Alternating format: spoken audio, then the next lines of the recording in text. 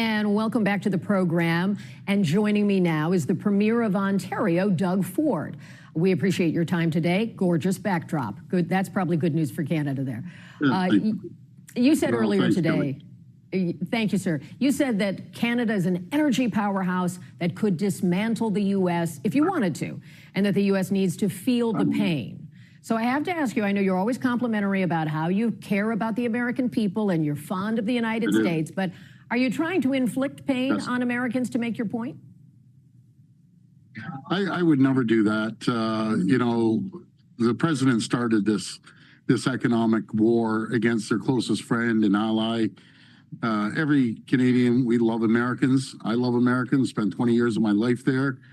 But again, I differentiate between President Trump and the great American people. I believe in making a free and fair trade agreement, no different than what Ronald Reagan believed in. And every tariff he puts on Canada, it's a massive, massive tax on Americans. We're the #1 customer. We buy more goods off the U.S. than any other jurisdiction in the world. Motor vehicles, we buy 400% more vehicles off the U.S. than any country in the world.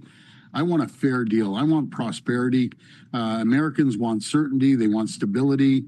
And right now, when there's not certainty and stability, the investment is stalled. But when there's investment, we see investment and jobs and production and lower cost of goods. You see what's happening in the U.S. Cost of gas is going up. Cost of building homes, because he has tariffs on the softwood lumber. 33% of all the lumber you use is coming from Canada. Again, he's attacking Canada. And when you attack your closest friend and ally that's been shoulder to shoulder with you for over 200 years, fought wars together, that's unacceptable. We have to work together and make sure both countries prosper and thrive. And to give our viewers a little more sense of how you responded when this initially came out from the president, you tweeted about this in response to the U.S. announcement. "I'll never stop fighting to protect Ontario. If these tariffs proceed, Canada should respond tariff for tariff, dollar for dollar." In the past, you've talked about energy exports being on the table. Is that something that you would embrace again? Kelly, everything's on the table. We power 1.5 million homes and businesses in New York, in Michigan, and Minnesota. We're an energy powerhouse. We're leading the G7 on small modular reactors.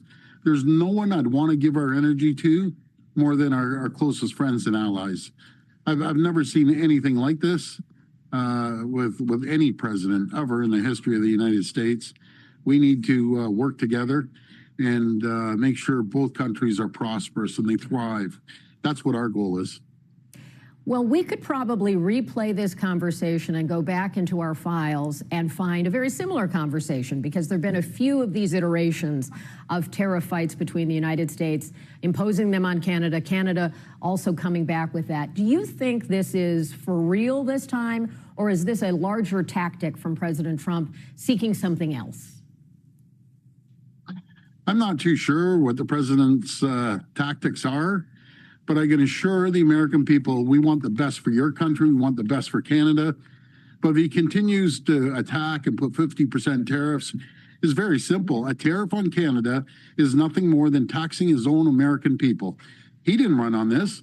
He ran on creating more jobs, lower cost. And what's happened? Total opposite. So I encourage the American people to talk to your senators, your congresspeople, your governors. I've been down there numerous times over the last month, and I get treated like gold. And I just love our American neighbors. But we have to protect ourselves as well. Again, a tariff on Canada is an outright tax on the American people. There's no qualms about it. Today, President Trump was also arguing that the U.S., in his view, has leverage, and Canada needs the U.S. to survive. Let's share what he said today on that point. I love Canada. I love the people of Canada. Many friends that live in Canada, but their leadership, from Trudeau to the current leadership, I mean, in all fairness to them, they need us to survive. Without us, there's no way they can survive. So he loves Canada, you love the United States. There was a lot of love today, but I am also wondering, Yeah. Where does this leave us? The U.S. Obviously likes some of the exports that Canada has. Would you put American alcohol back on the shelves for Canadian buyers? Would you see other things coming back this way? Sort of what's your bottom line at the moment? Well, the tariffs, you get rid of the tariffs, the alcohol is coming back on the shelves. We're the largest purchaser of alcohol in the entire world in Ontario. And as for Canada needs America, absolutely we need America. But guess what? America needs Canada. We ship in more oil than anywhere in the world, 4.1 million barrels a day. We ship potash to your farmers. That I was reading an article in Financial Times. The farmers are not happy with President Trump's tariffs. We send the electricity down there. We send high-grade nickel from Ontario.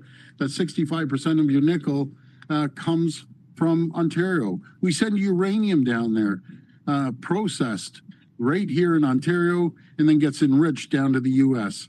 So I guess President Trump has a choice.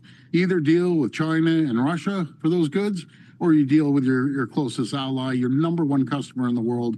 And yes, the U.S. is our number one customer. This just does not make sense.